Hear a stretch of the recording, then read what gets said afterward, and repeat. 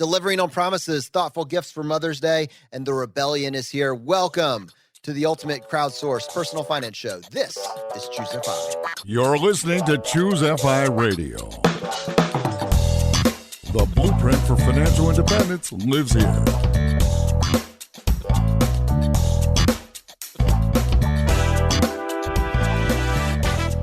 If you're looking to unlock the secrets to financial independence and early retirement, you're in the right place.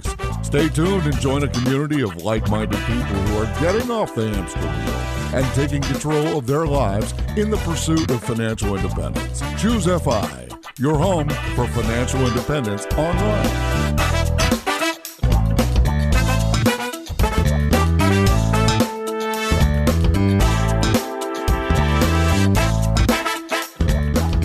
To hop into today, and I guess, Brad, let's start with promises delivered. I know for weeks, if not months, we've talked about the Barrett Top 50, and this, of course, is alluding to the recipes that you and Laura have been curating over the last 4 or 5 years. What do you have for us? Yeah, weeks, if not months, if not years, is much more like it, and probably 3 years in the making.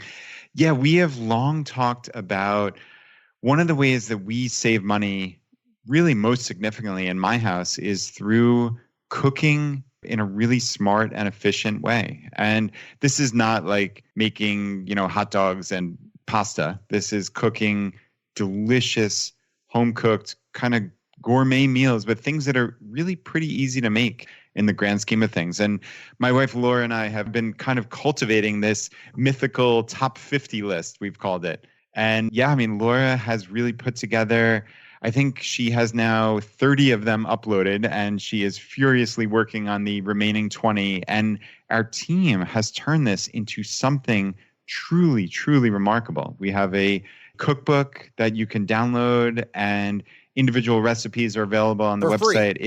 It's amazing, for free, entirely for free. So yeah, Jonathan, you saw this page. It's crazy, right? It's one of the best pages on Choose FI right now. It's actually, it's amazing. Let's talk about the power of getting your grocery budget under control. We have a lot more to cover here. We're not going to spend all day here. Just go to choosefi.com/meals to go check it out. Don't take my word for it. It will deliver. You will be impressed. But let's talk about the economics of you going to choosefi.com/meals. Let's talk about the power of anchoring yourself to $2 per person per meal. Brad, take it away. Yeah. So, it's funny. We use that phrase all the time. And I think somebody new is like, what are these guys talking about? But that is basically $2 per person for each of our dinners. That's kind of how we conceptualize what we spend. Now, so contrast that with going out to eat, right? An entree, 10, 12, 15 bucks, whatever it is. You get a drink, you have maybe an appetizer. I don't know what people do. Plus tax and tip, you're at $30. $13 to $14 per person per meal is the cost-efficient fast service with a smile food. Yeah, right? I guess I'm a little antiquated. So yeah, it's probably more than that. But let's even if we say $20 to $30 a person, right? Which after tax and tip and getting drinks, you're in that ballpark pretty easily. So for us, we like to really just kind of win at this game of life by not sacrificing, and if anything, getting better quality just in everything we do, but just thinking a little bit differently. So Laura loves to cook, and she loves to find recipes that are pretty easy, that aren't requiring 50 different random ingredients that she's going to have to buy for each recipe, things that she can use over and over again, and things that she can make meals and double or triple them. So she only has to cook one time that week, and that'll make 3 dinners for each of us, right? So it's just efficient in every way. It's efficient in terms of dollars because you're not buying new ingredients. You're able to use multiple ingredients. Like she'll cook 2 complementary meals in a week, where if we need Greek yogurt for some type of recipe, she'll find the other recipe that needs Greek yogurt that week to cook as well. So we're not throwing out half of a jar of it, right? So it's efficient in that sense. It's clearly efficient in terms of time. And honestly, Jonathan, one of the biggest things is the health benefits, right? Just cooking in your house, what's going into it. And frankly, like for us, portion control is a big aspect of this too, because we don't want to blow up the food budget, right? Like I could eat an almost indefinite amount of food. Like it's utterly absurd. But if I know that Laura has this one vat of food that is for 2 nights, I'm not going to eat like a crazy person, like I probably would if I was left to my own devices here. So yeah, I mean, this is how we think about it. So Laura, whenever she's looking for new recipes, I mean, the biggest thing is this going to be something that's delicious, right? We're not trying to sacrifice that in any way. We're looking for, as we call them in our house, like A+ meals. Like that's ultimately like to get in the top 50 list, it's got to be an A+. So, I mean, she makes plenty of meals that she has high hopes for, and, you know, they're like a B+ or something. And, you know, it's delicious. We eat it, but it's never going to make it into this kind of mythical top 50. So, you know, it's always this top 50. But yeah, I mean, that, you know, it's funny because it has for a long time been something that was mythical because we didn't exactly have it on paper. But yeah, I mean, it's kind of cool that this is now existing in the world. And the funniest thing, just to kind of finish up this little conversation here, is Laura saw the recipe book and she couldn't believe that it was her recipe book. She's like, this looks amazing. I can't believe it. Like the team took her basically scanned PDFs that she had written on and, you know, talked about dollars per meal and any ingredient changes or cooking changes that she had made, and they turned it into something just top notch. So yeah, I mean, I really, just for anybody out there who's looking for easy, delicious meals that you can double or triple, we've got this free cookbook for you. So like Jonathan said, head over to chooseaby.com/meals. So I've actually got it pulled up here for those of you that are watching this on YouTube. All the recipes are right there available. And then actually, let me send this to you, MK. It's also available as a digital download. Is that correct? Correct. So you, as you can see on the website right now, off to the right-hand side, you can just get the download. So that way you can print it. Maybe you don't want to have to keep going back to your phone or your computer when you maybe have like flour or grease or something on your hands. So you can print it out and actually make your own notes on it as well if you do the digital download. So you just put in your email address and we'll send it to you. And when more recipes come in, we can send you updates. And if you're sitting here thinking, well, I have recipes, you should head over to the Recipes and Meals Choose 5 Facebook page because there are always great, delicious recipes being shared. And with the latest crisis, I actually just went through, there was a bread thread and people were just sending photos of the bread that they made. And it was deeply satisfying just to see all the different kinds of bread and the recipes being shared for bread. So if you like to cook, you should definitely check that out too. And I would imagine that the Facebook group on Meals and Recipes, there's a strong bias towards meals that are generally in the ballpark of $2 per person per meal, right? I mean, that's probably going to be a theme, maybe not exact or to the dollar, to the penny, but there would be a bias towards more frugal alternatives, right? Absolutely. You know, great recipes being shared, great hacks of, okay, well, you can substitute this for maybe something less expensive, and just so many delicious photos. Brad, any chance we could actually get these turned into like YouTube instructional videos? Is that next? Like, is Laura? I feel like Laura is increasingly game to this idea. Let's get these out into the universe.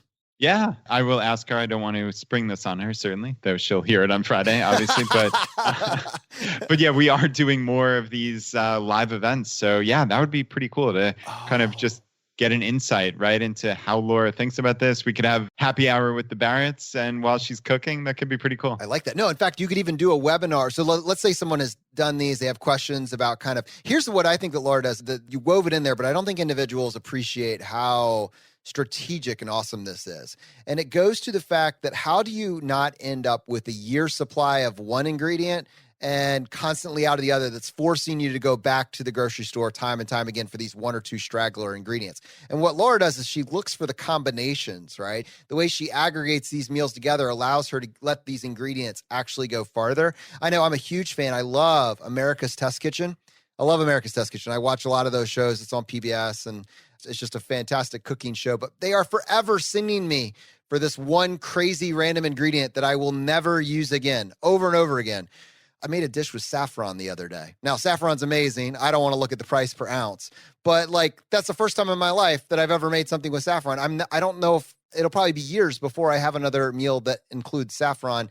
Like economies of scale, when you're doing this and being strategic, economies of scale, and someone that thinks about how this is going to affect your budget, it's a really important scope. I mean, there's some ingredients that you're going to be able to double down on. You're going to love them, but having that framework in mind is really important. So real quick, timeliness for those of you that are listening to this episode when it goes live, we have Mother's Day coming up in just a couple days here, and a lot of mothers out there and a lot of appreciative sons and daughters.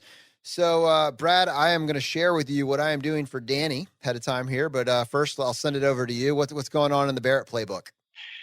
Yeah, Jonathan. So this year for Mother's Day, I did something kind of interesting. There's this cool new website that I came across. And so I was so excited about this that I already ruined the surprise. I already gave it to Laura. Aren't you proud of yourself? Oh, God. Yeah, I cannot. I really can't hold back. So anyway, there's a website called cameo.com. Have you heard about that by chance? No. Okay, I hadn't either. A buddy of mine just had a birthday, and some friends of his got him this Cameo, and it was absolutely wild. So basically, it's tons of famous people on this website. So athletes, musicians, actors, etc. And they literally can make a personalized message for you. So no joke, like my buddy, this is going to sound crazy, but back in the day, he was a fan of like 90210. So his friends got him to, he's going to be mortified when he hears this, but got him to get Tori Spelling to record him a personalized message as if she was, I don't know what the character, Donna Martin or something like that. Like it was hilarious. He showed it to me. So I'm like, all right, I've got to get Laura a Mother's Day message she's a huge lifelong New York Mets fan. So I'm like, all right, let me go on. Let me see if there are any athletes. And it wound up there were a bunch. And there was one guy who she used to like back in the day named Endy Chavez. He's this obscure baseball player, but he is on this Cameo. No, I'm just kidding. What's that? I said not anymore. Yeah, right. You're welcome, Endy. But no, seriously, $30. And he recorded this personalized Mother's Day message for Laura, like to Laura, like with details about her that I wrote in the notes, etc.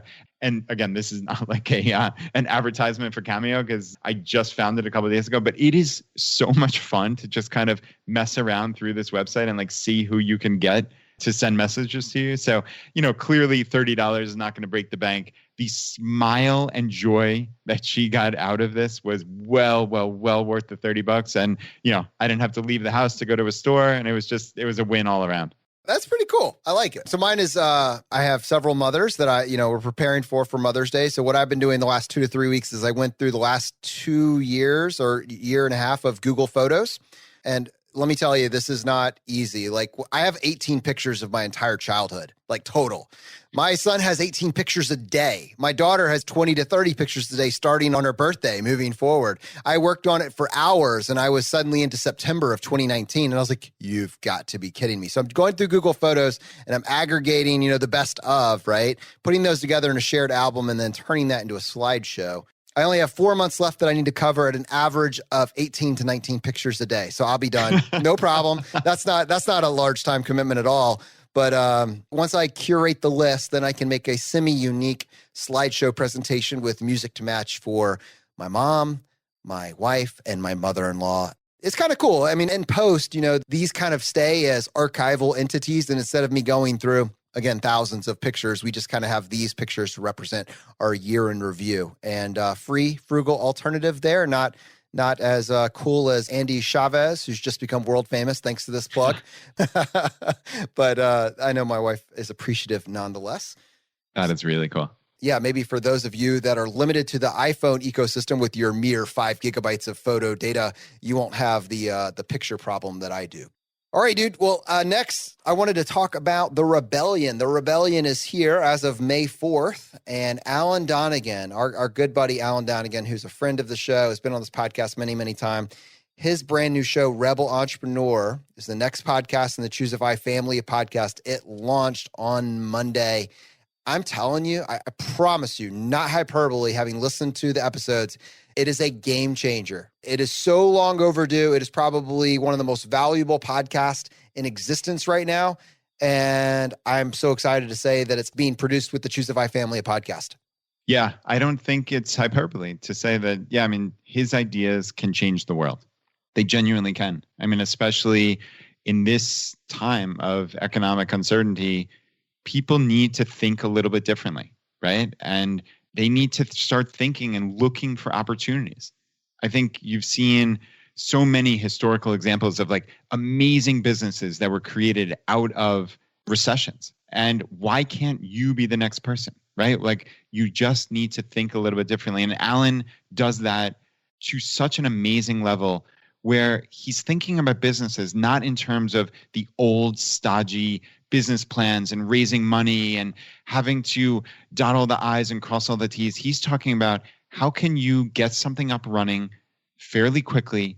How can you pre-sell before you've invested all that money, right? Like the proof is in the pudding. Whenever you ask your friends and family, oh, is this a good idea? And they're like, oh, it's amazing. I'd love it. That's wonderful, yada, yada, yada. But would you buy? That's the real question. But would you take out your wallet and buy it? And I think Alan's retake on that, it's a true game changer. And I know, I mean, Jonathan, we've seen the kind of effort that he puts into even just sending us an email for ideas for the next time he's going to be on our podcast. I mean, we're blown away. Like we don't do anywhere near that kind of prep for our own podcast. And I mean, Alan's doing that every single time he gets in touch with us. Are you implying that we wing it? Is that what you're implying? Maybe. Well, thanks to MK, we don't anymore. But thank you, MK. But yeah, I mean, this is going to be a top-notch podcast. Yeah, for anybody listening to this, you're listening to a podcast right now. So just in your podcast player of choice, it's available on all podcast players, including Spotify, Apple, Android. You'll be able to find it. Just search for Rebel Entrepreneur. Now, if for any reason you're getting hung up, it's not working, and really, honestly, or you just want to binge listen, then go to our website, go to choosefi.com/rebel. The first season is there with a familiar face. Alan interviewed me for the first episode, but many of you are familiar with my story. It's kind of an interesting take. It's looking at it from the perspective of the fear of failure. I was never going to be an entrepreneur. I wasn't going to do it. Alan kind of pulled back the curtain and kind of looked at the practicalities of that choice and how to de-risk that proposal, because I love the benefits of entrepreneurship. I just was afraid I had the fear of failure early on.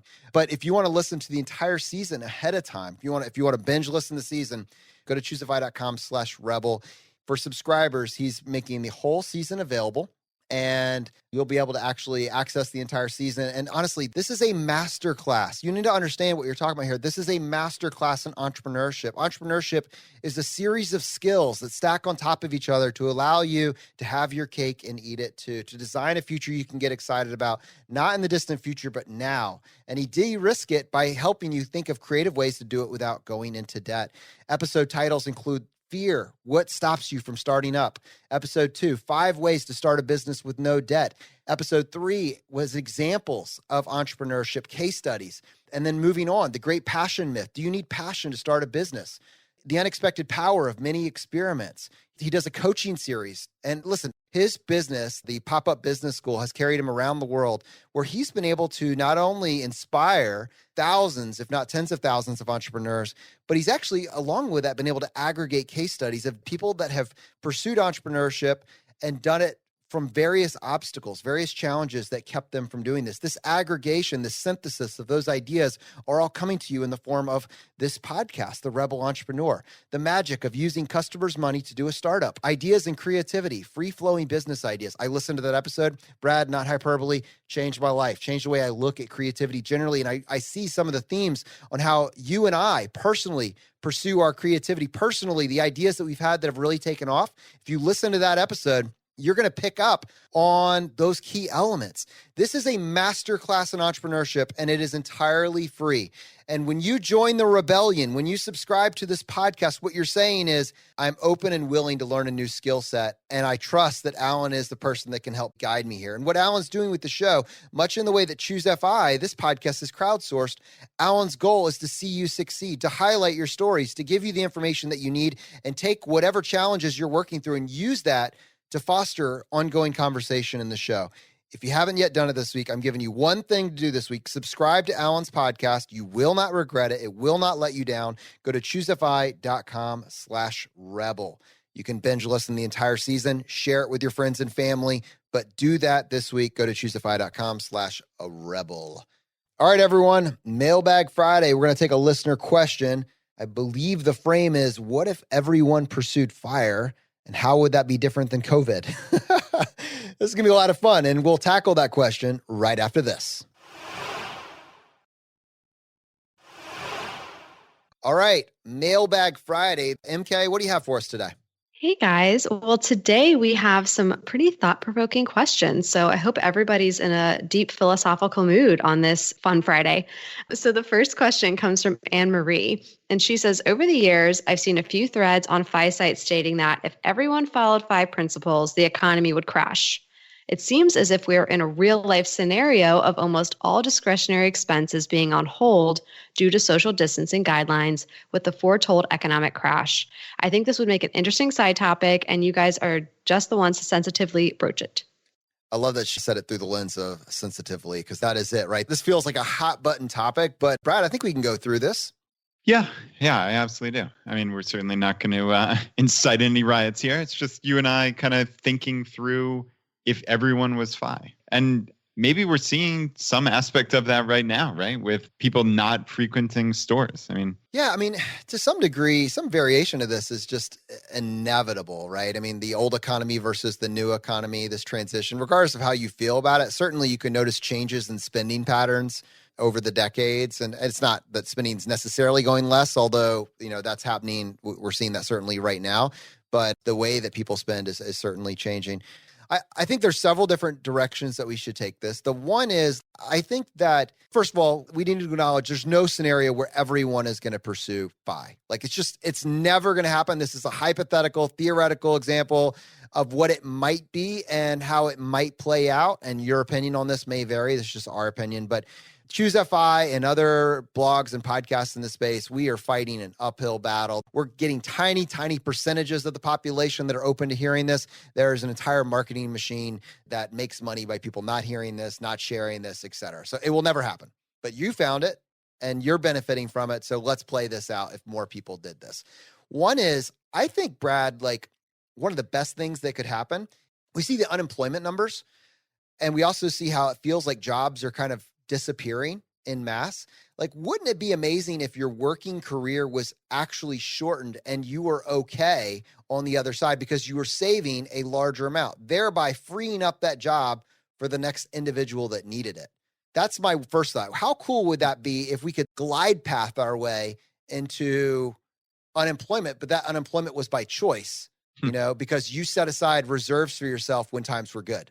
Yeah, that's interesting. I mean, you always talk about kind of like an abbreviated path to FI, right? Like, this is not get rich quick. It's get rich quick-ish, right? Like, if you work for 15 years and you save 50% of your income, you're pretty much reliably going to be, if not at financial independence, then pretty darn close. So yeah, I mean, maybe we just come up with a new entire conception of what a working career looks like. And to be honest with you, cool. This was one of the promises of the Industrial Revolution and beyond, was just that the working timeline was going to be compressed, that automation and everything else, you weren't going to need to work 40 hours a week. You're only going to need to work 30 hours a week or 25 hours a week. What happened to that? That just disappeared, right? And now people are working 60 hours just to be able to, pay their bills in some cases. So yeah, I think that is the one end. What's cool about this is, and I promise you, we're not going to get into politics here, but on the one end, for individuals, if large percentages of the population can create their own basic income from their own work ethic, from their own surplus, they're able to set that aside, that has taken a huge burden off of society, right? As opposed to society needs to provide this week after week, month after month. There's a cost to that. I'm not making a judgment on it one way or another, but I think objective people can look at it and say, wow, if large swaths of the population can create perpetual income from themselves over time, that's good for society on multiple levels. Yeah, I think this kind of gets to a question just generally about, people have been asking about, is the FI community or the FIRE movement going to be decimated by a big drop in the stock market, right? Whenever, that happened, obviously it's come back dramatically, but there will be some future drop in the stock market at some point in the next 100 years, right?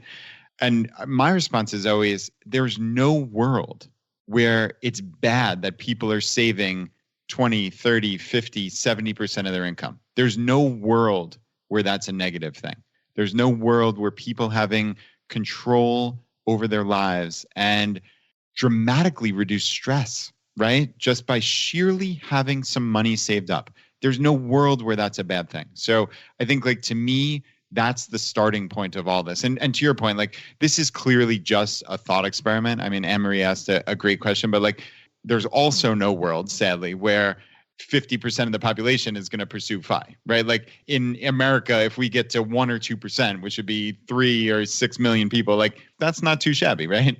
But so clearly this is just a thought experiment. But I mean, I think, Jonathan, a lot of things you hear about the economy they're based on growth. And I think, that's all predicated on just people continuing this, what I view as like insane spending, right? Spending up into every dollar they have, if not more, going into debt. Again, it's like this engine of just growth upon growth upon growth, as opposed to sustainability. And again, I don't mean that in any type of loaded way. I just mean it in terms of like a business can be stable and provide income for its owners and its employees without growth, right? Like you can just look at numbers and say, this makes sense. This produces a profit. Like we don't need growth. We've just deluded ourselves into saying that the only success, the only metric for success is growth. Therefore, if we don't grow, then it is not successful. So I think it's kind of just changing the bar. And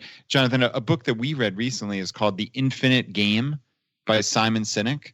And I think that's kind of where I'm conceptualizing this. I don't think he used growth in there at all, but it's kind of a sidebar. But it's just looking at decisions being made for the long term. And I think that's what the FI community does. And I think that's what when you have this infinite mindset, as opposed to how can we get growth in whatever way in terms of stock price, or let's hit this arbitrary target, or let's do, some other random thing that we've made up. We're thinking in terms of short term.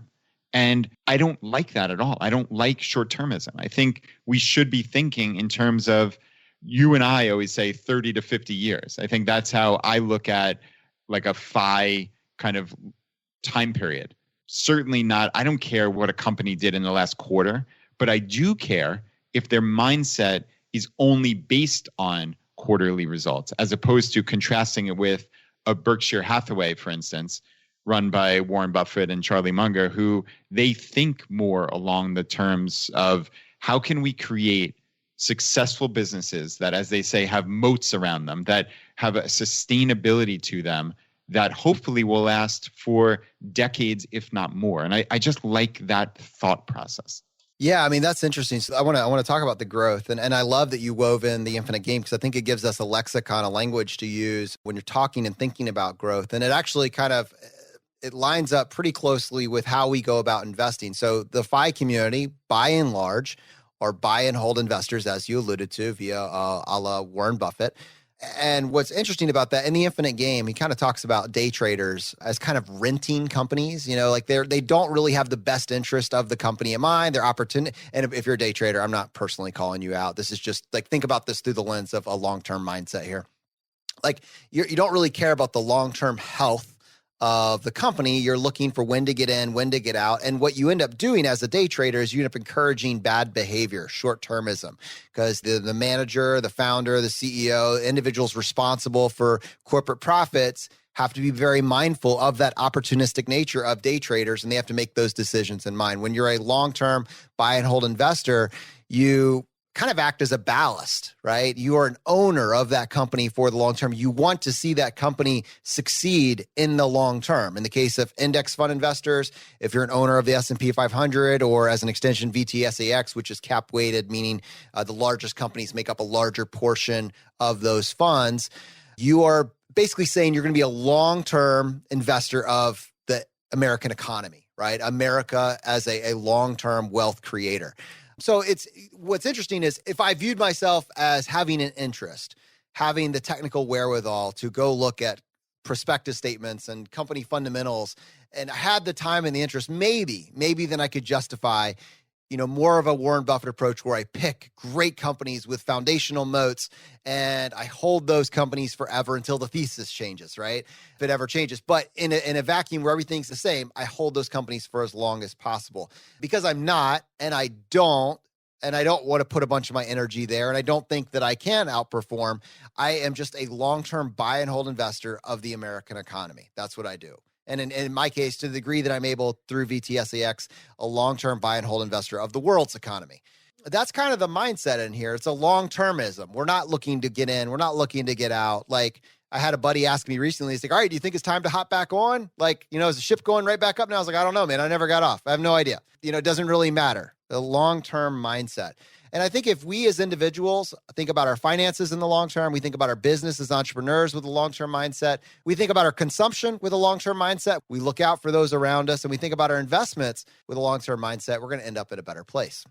I think my only thing to say was that, with FI, we talk about how people spend based on their priorities, and people are spending based on their priorities right now. Like to some people, it's important to them to support their local coffee shop or their local restaurant, and they are upping their budget for that to make sure that they are sustained through this crisis. And for other people, they're saying, no, this is what's important to me. And so it's almost forcing them to put that into focus, what those priorities are for their spending. And that's, I think, more FI than when there's this abundance mindset of like, well, I can afford a little bit of everything here. It kind of forces us all to reprioritize. Yeah, I like that. And I mean, I think, again, using this thought experiment, if everybody went towards FI, just like if, everyone is stuck inside and can't shop, there is going to be, and there would be, short-term pain. There's no question about that. But again, we don't ever see that truly happening. But I think it would sort itself out with the right mindset. Again, people wouldn't be thinking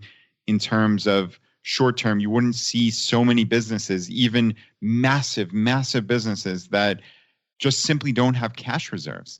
They have 6 or 8 weeks of cash reserve for their entire nationwide chain. Because again, like in the case of this coronavirus, like nobody could have envisioned something like this where sales would go down 70, 80, 90+%. So nobody came up with plans, right? Like you need emergency plans. And I think people probably would be able to weather storms both personally and business-wise. They'd be able to weather them significantly better with a FI mindset. Again, you wouldn't see the short-termism of leveraged buyouts and other things that we laud in the economy and the world today, which I think are like just shows misplaced priorities of like, how can some person come in, get out, make a boatload of money, and leave a company saddled with debt? And, again, this is almost beyond my level of expertise, certainly, but you see it over and over again. And those type of companies are getting exposed right now, right? Because again, this could only possibly work in the best of best case scenarios. And if anything went wrong, not less a catastrophe, you're in deep, deep trouble, right? So I think FI mindset is we plan for eventualities which can happen, or not even black swan eventualities like this, right? But just normal everyday things. We like to say life is lumpy, right? Which means you need to have some savings. You need to realize that, okay, my income is $2,000. I can't spend $2,000 every month on normal stuff because life is lumpy. Something is going to come up. You're going to have to pay a couple $100 to fix something, or maybe you want to go on a trip, right? Like if you had been saving a couple $100 a month, you could do that without going into debt. So you need to just think in terms of everything isn't perfect all the time. You need to think about the future and be prepared for it. As you were saying that, 2 other things came to mind. One is the working relationship, and I guess like the way that companies operate generally. Like I think with COVID, certainly we're seeing how this is kind of played out and shifted out, but like in a more drawn out, where increasingly more and more people are pursuing FI. 2 or 3 things happen, which I think are huge. One is the power situation between employer and employee dramatically shifts to the employee as the employee has more and more ability to handle financial storms. The employer needs the employee more than the other way around, right? 2, and this is very similar to what we're seeing now, work from home and remote work situations, they increase exponentially. Now, I think many people are going to come out, we've made this case in a past episode, many people are going to come out of this COVID situation and be demanding a more flexible work situation. But their ability to leverage that and lean on that are still somewhat diminished if their finances aren't in place, right? Whereas when you have your finances in place, increasingly, like that's just the bar. Like this is just what we do. I'm going to look for a situation where I can have my skill set and I can do it with flexible work situation. That's going to be something that companies increasingly offer as a benefit to capture the highest levels of talent. That's going to happen regardless of whether or not 50% of the population pursue FI or not. Those that do pursue FI will increasingly find situations where they can do this. And the other one I want to talk about, Brad, I know you have some thoughts on this, is the college experience, right? Go to college for the college experience. Get the degree at any cost. The college experience took a face punch this year. And I am very interested, one, in what's going to happen when it resumes in the fall. And then two, like in a world where more and more people are aware of the numbers going in, how the college experience changes. Yeah, Jonathan, you just hit on something that, I am very, very passionate about this. I think I just set that T-ball right up for you. Just take a crack at it, buddy. You set me up there. Oh, man. Yeah, this might be one of my more impassioned and maybe controversial things, but I don't think it's really that controversial, honestly. I've been using this phrase. I don't think I've even said it to you, but I feel like there's been this like veil of insanity around colleges for decades now, of just any price is justified, any price increase is justified. And we all look around and we've talked about this on the podcast for years now. And like, it just increasingly doesn't make any sense, right? Like it doesn't make sense to pay $60,000 a year for a piece of paper, right? It's really just it's a signal that, okay, you have some bare skills, but I can't tell you what those skills are, as opposed to, like we've talked about, skills are what truly matter, and being able to prove that you can do jobs in this new economy, that's what matters. So anyway, I genuinely believe that this is like the day of reckoning for colleges certainly across America, if not the world. I mean, again, so many institutions, whether that's businesses or we're talking here about colleges, like they live on a knife's edge, right? Like we hear about the 50 or 100 universities that have multiple billion-dollar endowments, but for the other 3,000 or so universities and colleges in America that rely on tuition, and they're on a knife's edge, at all times. They're spending, just like pretty much everybody else in their personal lives, they're spending every dollar that comes in. They need to have all the students they anticipate show up, or they're in deep, deep trouble. And I mean, Jonathan, I think a lot of people are saying, I don't know if this makes sense anymore. And I think that's why I keep using that the veil of insanity might be lifted here. Like even if 10 or 15, 20% of kids don't show back up in the fall, which is entirely plausible, I mean, you might see hundreds, if not 1,000 plus colleges and universities in deep trouble, like significant trouble. And I think, for a lot of people, they're waking up and saying like, okay, this spring semester, I just paid $30,000 for my kid to have Zoom classes, right? Like this is really where the wake up call is. And like, what are we doing here, right? Like you can get those the MOOCs, right? The MOOC, like you can get courses from Stanford and MIT and Harvard, like already. You've been able to do that for years. They get less than a 1% completion rate on those courses, less than 1%.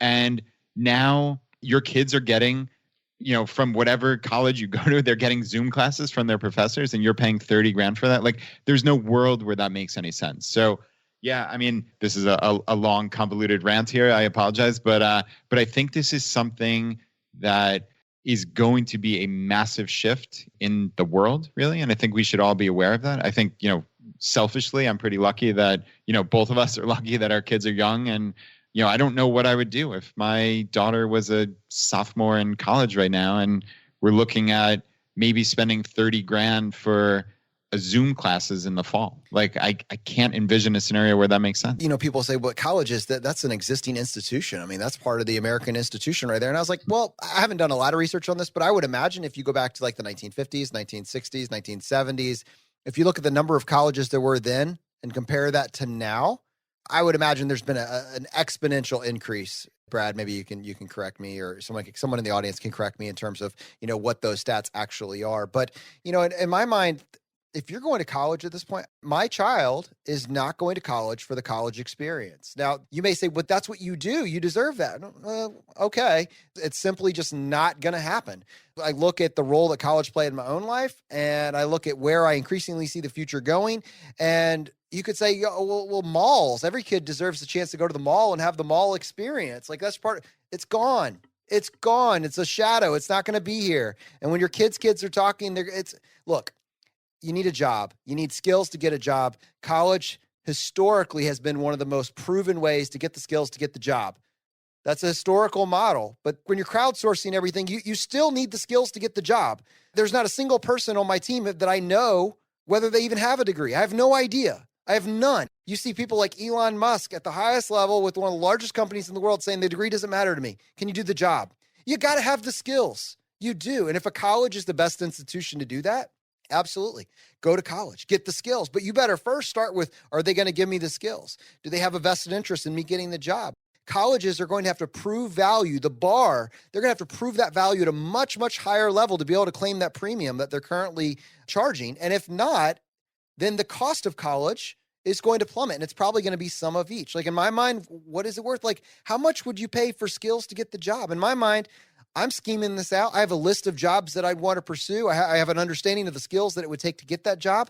I feel like I could get most jobs that don't require a license and a degree, right? To get most around $10,000. That's like, in my mind, you give me $10,000 in 2 years, I'll go figure it out at this point. That's my particular perspective. Now, if you have a parent with a senior in high school and they're really looking forward to their first year of college, like I'm not here to try and get you to nuke your plans. What I am saying is, what's your ROI?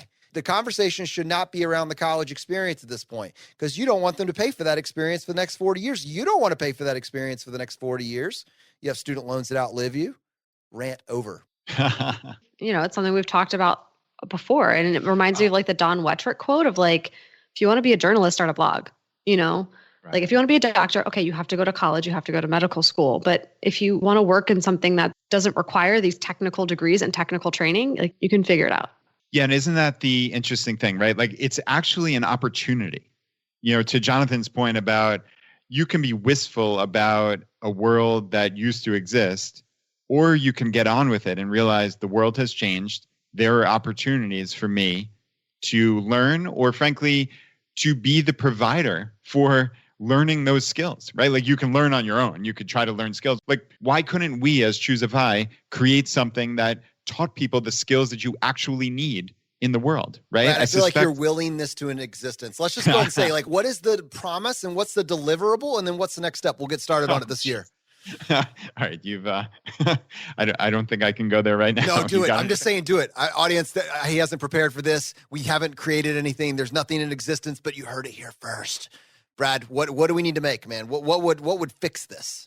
I don't know if this would fix it, but I talked about this a couple of weeks ago where like there are skills you need to learn to succeed at life. Like I would love to see the 80-20 analysis of those list of skills. And even down to like people, the phrase that you hear a lot now is like mental models. I think Charlie Munger from Warren Buffett, Berkshire Hathaway is famous for this. And just a mental framework to succeed at life. I would love to see that built out. And it could be just literally an hour or two, or maybe even less from the top expert in the world at that. Like, okay, you've got an hour to teach me. What does that look like? Right. And then you start that as a framework. That to me is a better framework than just some random arbitrary classes at a university. Your freshman and sophomore year when you're ticking off the different requirements you have to take. Like if I knew as an employer that someone had these 20 mental models and they actually understood them, that means a heck of a lot more to me than if you took some type of random literature class in freshman year of college. Like there's not even a question to me. Play this out, man. I'm brainstorming. We just talked about Alan. We talked about creativity and like when those creative juices flow. Like again, you want a free masterclass in entrepreneurship, go to choosify.com/rebel. But now let's just go into a brainstorming session here. This is what that looks like. Brad, what do people want? They want skills and they want to be able to leverage those skills into a job. Now, what I appreciated that you're saying is that there is some mental models. It's not technically the skill set that you need, it's the mindset, right? And that's the nuance here. What if you created your own It's effectively you created your own masterclass to life. And here's the idea. You looked at the 80-20 of what are the mental models you need, and then you paired that with the skill sets, which are different. They might be different depending on the job. What you did is, what if you had a group of business owners all around the country with businesses of all different shapes and sizes? You went to them and you asked them, what skills do you need? What are you looking for? Right? You're a FI business owner. You have a long-term mindset. You want people that want to work for a business owner with the FI mindset, et cetera. And again, in a world where everybody's pursuing FI, there's a lot more entrepreneurs. There's a lot more business owners with FI mindset. What if you ask them, what do you want? Okay, do you trust us to build that? What if we could then build that? What if we took that proof of concept and took it to these world leaders with these various mental models and asked them to teach it? In this, and then how would you verify that? And then how could you connect the two and streamline it? I mean, what would that be worth? Certainly it would cost money. It would cost money for operations. It would cost money to bring people in. It would cost money for administration to handle that and make sure that it's a seamless process, but it wouldn't cost $30K. I know that. And what if you could prove out, you could create this experience and you had people that bought the end goal, which is, I'm going to find a great employer that gets it, has a long-term mindset. I'm going to go in and I'm going to crush it for the next, 10 to 15 years. And when I come out, I'm going to be financially independent. Like that's kind of like you get buy-in from both sides and you connect the two together. Yeah, no, I love that. I mean, I think, we've talked so many times about like coding schools and things like that, but that's just one tiny, tiny little piece of this, right? Like you could find a bunch of different industries and find those business owners and say like, what are the bedrock skills you need if someone wants to pursue this profession, right? So yeah, to your point, you would have this foundation of, again, my kind of mental models as I think about it. And then on top of that, you would build particular skills. And then, right, if we're talking perfect world, and again, this is cool, right? This is just a brainstorm that we're coming up with off the top of our head. Like you would have different businesses in those industries lined up for people to actually get jobs, right? And they knew that this person got these specific skills and these frameworks to succeed at life, not to mention the FI mindset, which in and of itself is valuable. We have kind of joked, like, again, similar to, I can't tell you what someone learned at random college X, but I could tell you if they listen to a handful of podcasts that I love, that including Choose FI certainly, that they would have a foundation for success. So like, if you have that foundation and then you build on top of it these very concrete skills, you could build a funnel of actual employment through the FI movement. All right, there it is, my friends, the future of FI. Now, it only took us, Brad, 2 years to deliver on the recipes. So now we're going to blow up the entire educational institution and start from scratch. So we should be able to do this by next week, right? Oh, yeah. All right. To our audience, all these ideas start as vapor, right? Every great idea started as vapor at some point, and then execution was it. I threw this out there just to like publicly have a brainstorming session with you and to get Brad's feedback and buy-in on this, but this could happen, right? I don't know when, I don't know exactly what it would look like, but I can tell you that the thoughts are simmering. And there's a lot of opportunity here. I don't know. Maybe just give us your feedback. Like if that's something that interests you, you're a business owner and you're like, hey, if you guys ever move forward to that, let me know. Or you're an individual. It's like, well, I have a kid that's not going to need college for 5 or 6 years. But if you guys move on this, I'd be first in line. Let us know. I think interest is there. It's kind of one of those ideas, again, pointing to Alan's, pre-sell your value before you create it. Would this add value to the world in a world where more people are pursuing financial independence? I raised my hand and say, I think it would. And you know what, Brad? I think what it looks like the rebellion. And I'm excited that we're partnering with Alan on this podcast. I think this is a big step in it, that you can learn these skills. You don't need permission to do so. You just need to show interest and take action. Again, to our audience, for your action step this week, I'm telling you, it'll be the best thing you do for yourself, for your future self. It's incredible. Go to choosefi.com/rebel. Check out The Rebel Entrepreneur. Subscribe today. And on our show, stay tuned. Have you subscribed to our show yet? Subscribe if you haven't subscribed. We'll see you next time as we continue to go down the road less traveled. You've been listening to Choose FI Radio Podcast, where we help middle-class America build wealth, one life hack at a time.